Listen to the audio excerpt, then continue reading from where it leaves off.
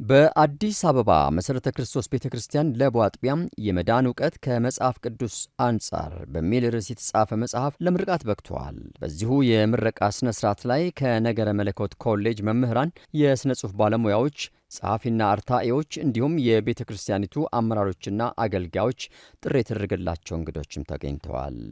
ይህን መጽሐፍ ጽፎ ያዘጋጀው ጸሐፊ ወጣት ተስፋውን ነጋሽ ሲሆን የህትመቱን ወጪ በመሸፈን ለህትመት እንዲበቃ ያደረገችው ደግሞ የመሠረተ ክርስቶስ ቤተ ክርስቲያን ለቡ አጥቢያ መሆኗም ታውቋል። የመዳን ዕውቀት ከመጽሐፍ ቅዱስ አንጻር የተሰኘው ታላላቅ እንግዶች በተገኙበት በቤተ ክርስቲያናችን መርቀናል። መጽሐፉ ለዳኑትም ላልዳኑትም ወገኖች ጠቃሚ መጽሐፍ ነው።